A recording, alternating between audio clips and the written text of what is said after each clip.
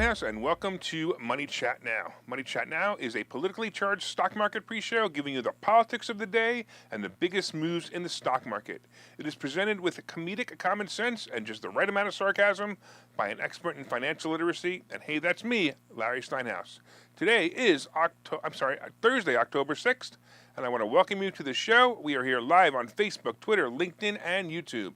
Hey, you can also find repeats of the show on Rumble and Spotify. Please search Money Chat Now and Larry Steinhouse, and then you can follow me there as well. Hey, if you'd like to connect directly with me, you can go to contactlarry.com. That's contactlarry.com, and there you will find my social media connections, my email, my text message information, contactlarry.com. Hey, just a reminder, if you're watching online, hit the like button. If you hit the like button, then Facebook likes to like the show, my show. So hit the like button. Also hit the share button and let your friends know about the show.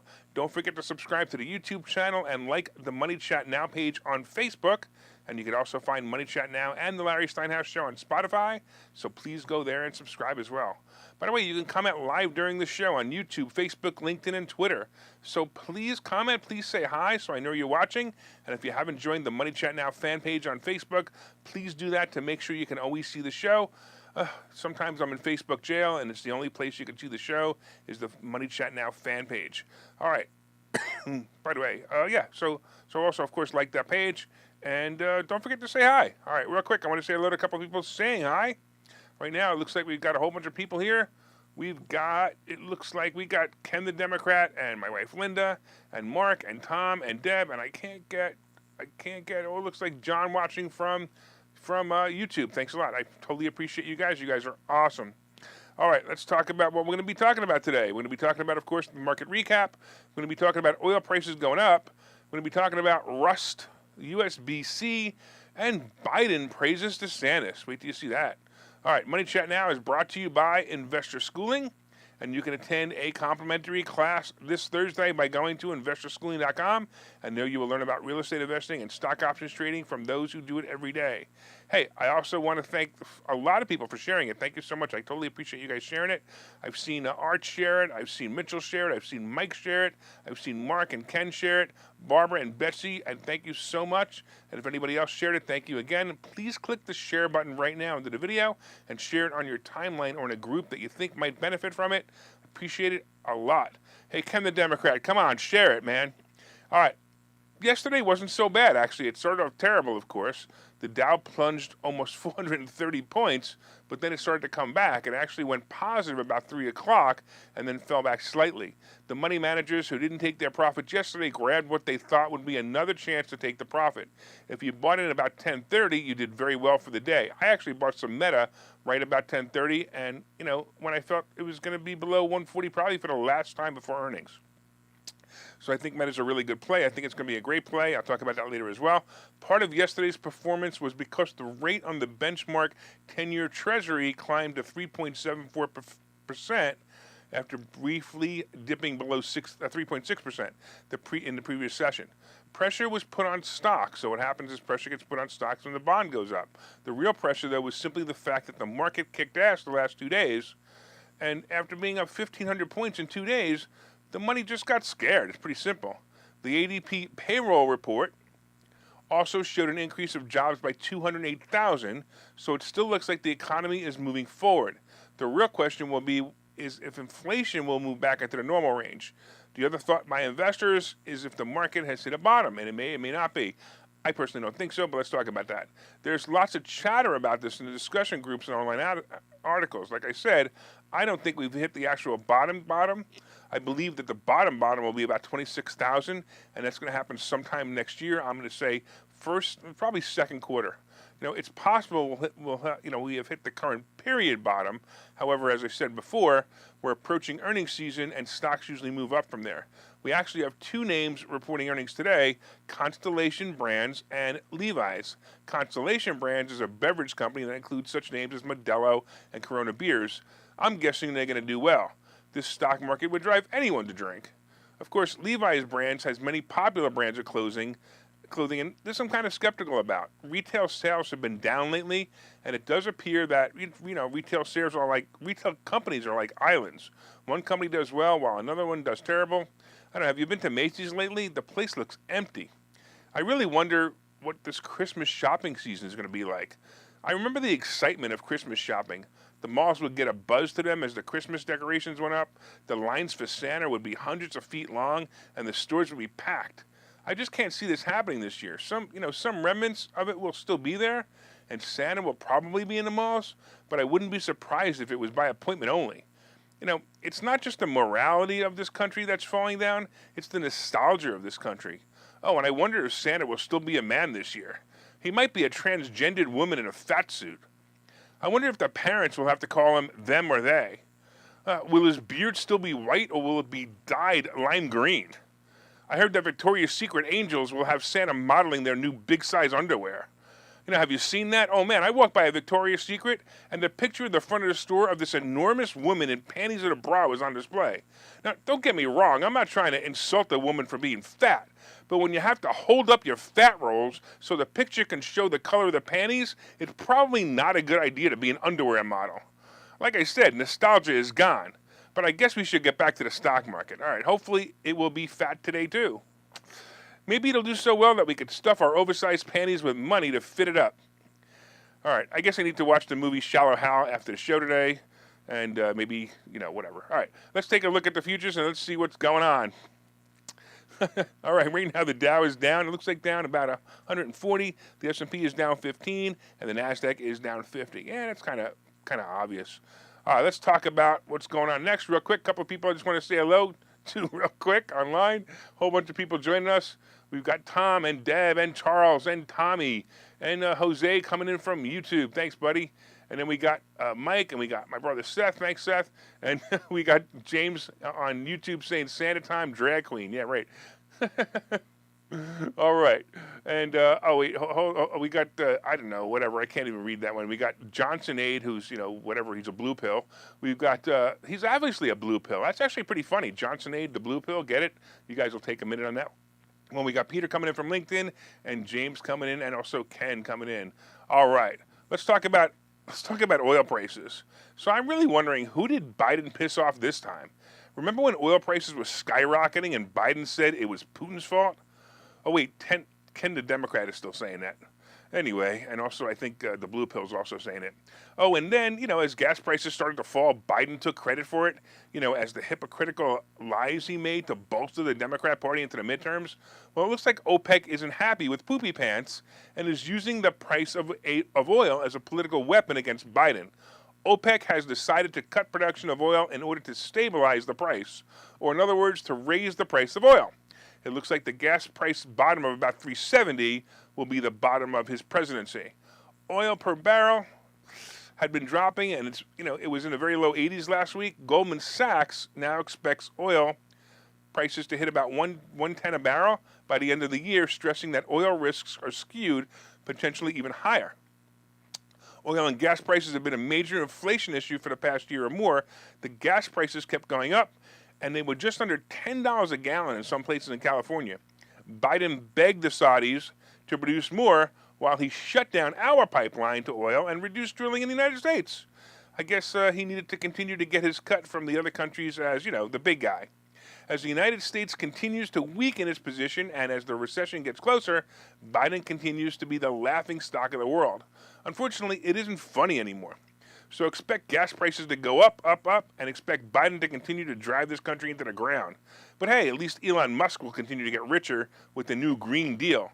Electric cars are everywhere now. I'm seriously thinking of starting a new car company that only makes internal combustion engine cars. No electric cars. Well, maybe not. But as I said before, make sure you have a gas-powered car for when the grid goes down. You'll be the only one on the road. I actually wonder how these people in Florida or Puerto Rico are doing with no electric to charge their cars. No, seriously, I'm not trying to be a jerk here. All right, maybe a little bit. But I really want to know.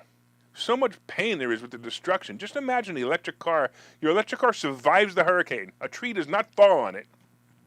But then you can't use it because you can't charge it. I also wonder if people evacuating with their electric cars had any problems. Getting back to the story, though, Biden actually got angry at the decision of OPEC lowering production. He said it was short-sighted. Yes, Biden said to the Saudis that are cutting oil production, he said it was short-sighted. What? Isn't that what you did here, Biden? You short-sightedly cut production here, and now we're in this predicament because of your short-sightedness? Guess what Biden's going to do next? Yep, he's going to release more oil from the strategic reserves. So soon we will have no reserves, and then OPEC laughs all the way to the bank. That would be the best case scenario, by the way. The worst case scenario is that OPEC nation cuts us off, leaving us with no oil and no energy, and then they could come here and take our oil because we will be defenseless. And Biden uses the word short-sighted? Is this man on drugs? I guess Hunter gives him 10% of Hunter's drugs as payment to the big guy. Well, expect gas prices to top $4 this month and pray for a red wave if this country is ever going to get out of the mess and possibly avoid a major recession. Look, let's take a break here. I will talk to you in a minute. Okay, so you thought about buying and selling real estate. You've thought about investing in the stock market, but don't know where to start. Well, what if you could find a place to unlock strategies to master both real estate and the stock market, all without the headache? That place is Investor Schooling, hosted by Larry Steinhouse, an expert in real estate, financial literacy, and the ins and outs of the stock market. You can attend Investor Schooling in person or online 8 times a month. You can and will learn how to make money in real estate, and you will learn mastery of stock techniques such as options and covered calls. You will even get a chance to ask one of your burning questions to the stock options sultan, the master of picks and plays. Call 866-424-2829 for free information and receive a complimentary pass to attend classes, or register online at investorschooling.com. Don't delay. These passes are limited. So what are you waiting for? Call 866-424-2829. That's 866-424-2829. Or visit investorschooling.com. That's investorschooling.com.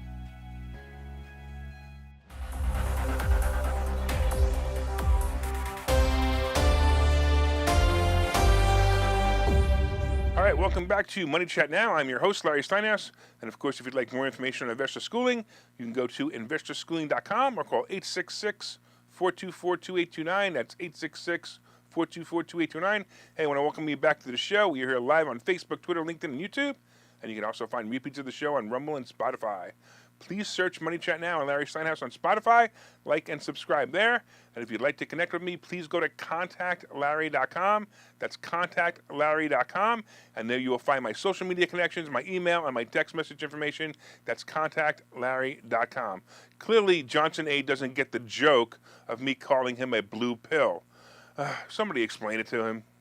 All right, so far, of course, we've been discussing the market recap, and yesterday was an okay day, and we'll probably see it being an okay day today, too. Who knows? The futures are down 152, the S&P is down 16, and the NASDAQ is currently down 53. We talked about oil prices, and Biden is such a fool. He really is such a fool. It's unbelievable. Coming up, we're going to be talking about the movie Rust. We're going to be talking about USBC, and we're going to be talking about Biden praising DeSantis. And then, of course, we've got today's picks and plays. But did you guys hit that like button? Come on, everybody, hit that like button. Hit that like button. Even you, Ken the Democrat, hit that like button. Hit that share button, too, and leave me a comment to say hi if you haven't already. Leave me a comment. Is the only way I know you're watching. So you may be watching, and if you don't leave a comment, I don't know you're watching. I'd like to say hi to you if you are watching, so please say hi. Please share and like as well. And don't forget to order my new book. It's called Money Hacks. And by the way, if you've ordered it and read it, a lot of people give me some great reviews. I would appreciate a review if you ordered it. So go to Amazon or wherever it is you bought it and leave a review there too. Let's talk about, you guys know about the accidental shooting on the set of the film Rust. Look, this is where, Alec Baldwin accidentally shot Helena Hutchins in a dress rehearsal of a scene. There was a lot of speculation and controversy around this, and I'm not really going to get into that. Much of it is conspiracy theories, and other parts are just reckless ways the gun was handled on the set. Although, if Alec Baldwin would have just taken some gun safety classes, this tragedy might not have happened. It might have been avoided. Anyway, the Baldwins and the producers of the movie have settled a lawsuit with the family of Hutchins over the shooting. Financial terms of the settlement were not released, though. Hutchins' widower has now been named as an executive producer of Rust, which is expected to resume filming in January. So the settlement may include a heavy royalty from the movie to the family. I think that would be great, but seriously, who's going to see this movie? It's now tainted and probably wasn't very good in the first place anyway. If you see this movie and someone in the movie gets shot, aren't you going to think about Hutchins? Is the scene that they were rehearsing still going to be in the movie? Will the audience say, ooh, that's the scene, that's where she died? I mean, personally, I think it's distasteful that the movie is being produced, not only because of the memory of Hutchins, but because the movie will be a non-seller, adding insult to injury. I mean, seriously, would you go see this movie? Would you even watch it on television for free? I kind of have no interest at all. I don't know about you guys, but let me know if you have any interest at all. I think this movie really should just be shut down, forgotten, and maybe redone 5 or 6 years from now. Who knows? All right, by the way, have you ever had this happen to you? You're in a conference or a lunch and you realize your phone battery is about to die. You forgot your charger, but luckily right next to you there's a USB charging point. A lot of them are in bars now. All you need is the connector from the USB to whatever your phone takes. If it's an iPhone, it's a Lightning connector. If it's an older Samsung, it's that weird connector with the bump on it. Or maybe it's the thin connector, or maybe you have an old phone and something weird. It could be another type of connector. You know, if you ask anyone who has a phone charging cord, you're in luck. Everyone has one, but then you realize that none of them fit your phone. Ugh. Have you ever seen the smart Uber drivers? They have multiple cord charging in the car for any phone. Well, now we've reached a period in time where everyone has a smartphone or a smart device. It's time to make a universal charging point and cord for all the devices. This is not only more convenient, but it also cuts down on waste. Have you noticed that when you buy a new phone with a new charger, you now have to throw away all the old charger cords you collected? Well, lawmakers in the European Parliament approved a law requiring electronics sold in the European Union to be equipped with a USB Type-C charging point by the end of 2024.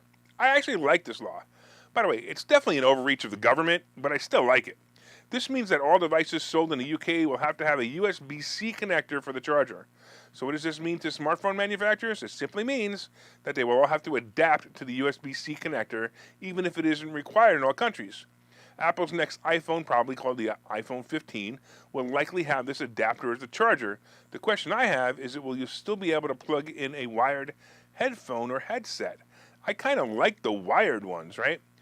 Because I know it'll work every time. I don't have to worry about my battery and the Bluetooth headphone going dead in the middle of my conversation. I also like the quality of the sound better. I think I just realized I'm really a boomer, aren't I? Damn. All right, anyway, look for the USB-C being the standard in the future. Maybe we can go back to having phone docks in cars again.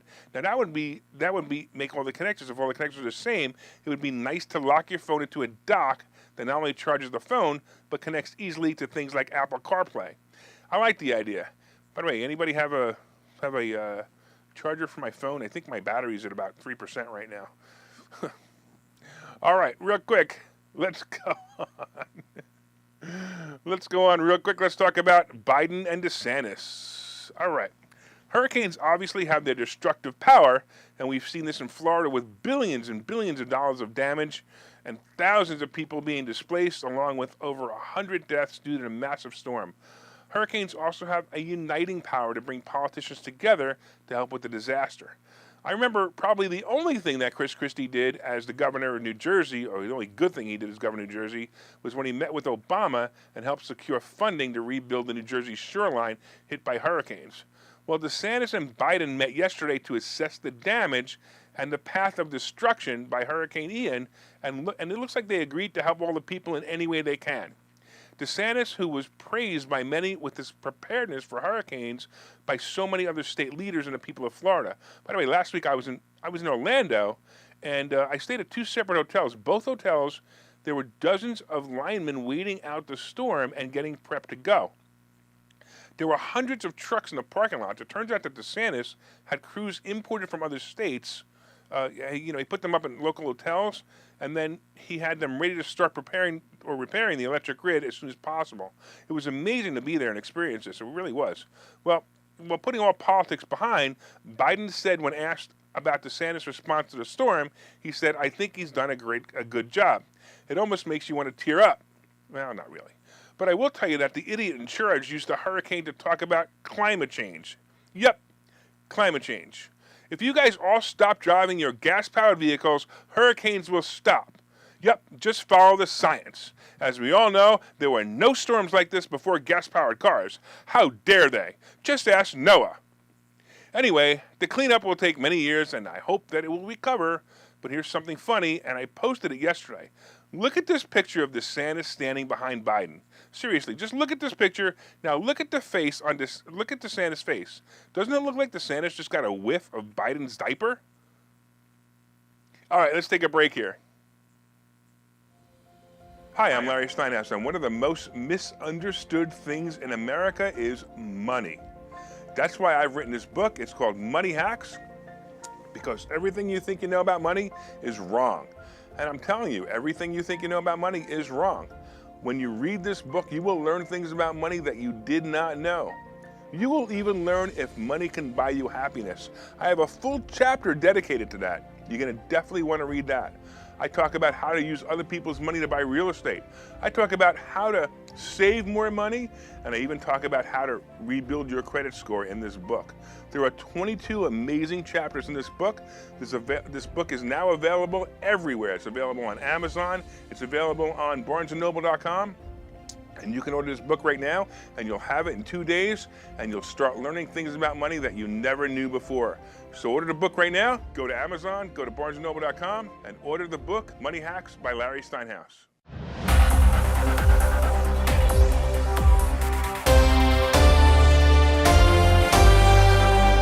Hey, welcome back to Money Chat Now. I'm your host, Larry Steinhouse.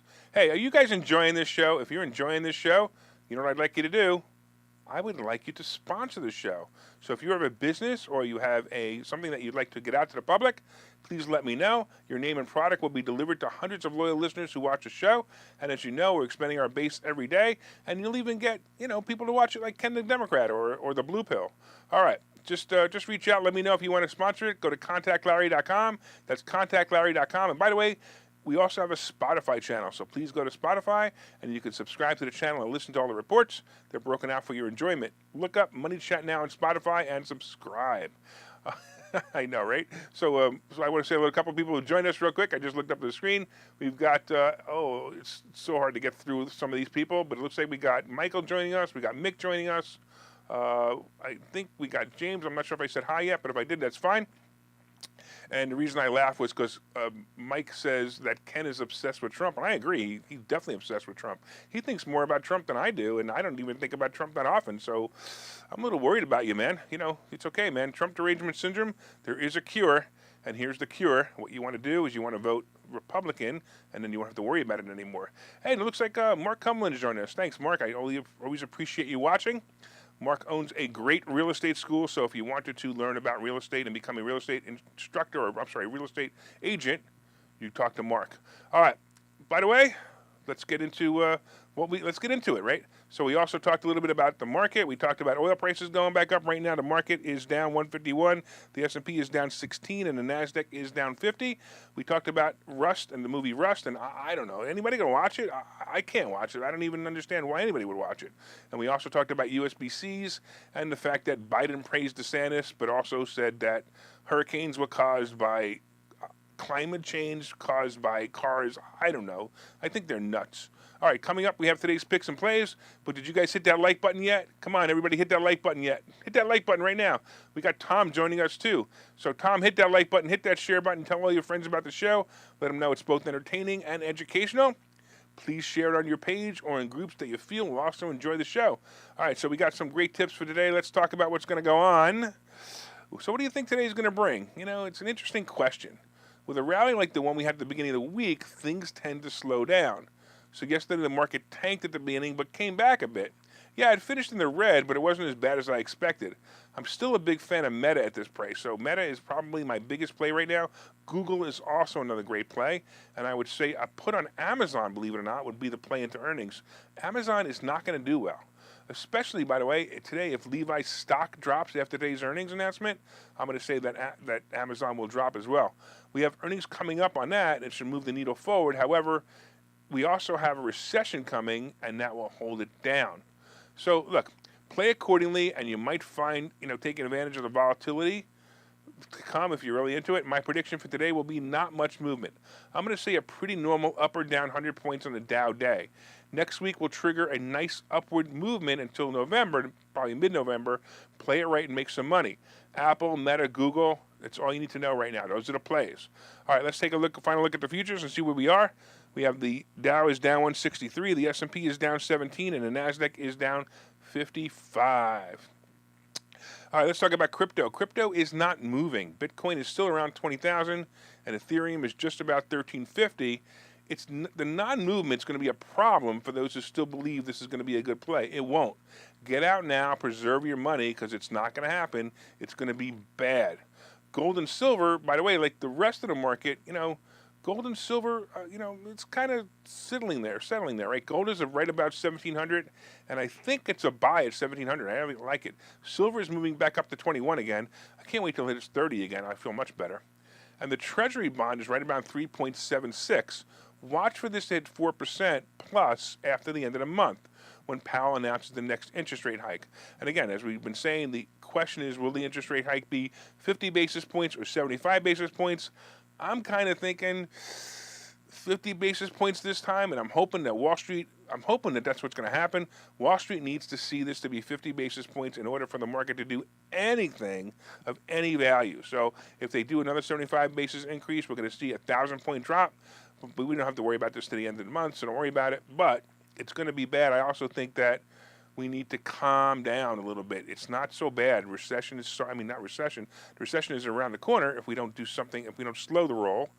And, of course, if we continue to increase the interest rates, the recession is going to come too fast. All right, oil right now is about $89 a barrel, and contrary to the propaganda put out by Biden and his liars, the average gas price is now $3.80, not $3.29. I can't believe that Biden is actually saying gas is $3.29. Where is gas $3.29? I want to thank you all, of course, for watching Money Chat Now. We are here live every morning at 7:30 on Facebook, Twitter, LinkedIn, and YouTube. And, of course, you can find repeats of the show on Rumble and Spotify. Has anybody gone to Spotify and subscribed yet? Let me know if you've subscribed on Spotify. I'd like to know. I'm curious. You can get all the sections broken out on Spotify, and you can have a little bit of fun with that. You can play it for your liberal friends, or you can play it for your conservative friends and have them go, hey, I like this guy. My name is Larry Steinhouse. I am the host of Money Chat Now. I am the CEO of Investor Schooling. And remember, you can contact me directly at contactlarry.com. That's contactlarry.com. And by the way, from time to time, I own some of the assets and options discussed on this show. The opinions discussed on this show is solely mine, and no one has asked me to discuss them. Are you guys going to have some fun today? Let's have some fun. All right, Ken says that he paid $3.27 in New Jersey yesterday. Maybe that was with a discount, but I've never seen that low, but that's fine. All right, everybody out there, make it a profitable day.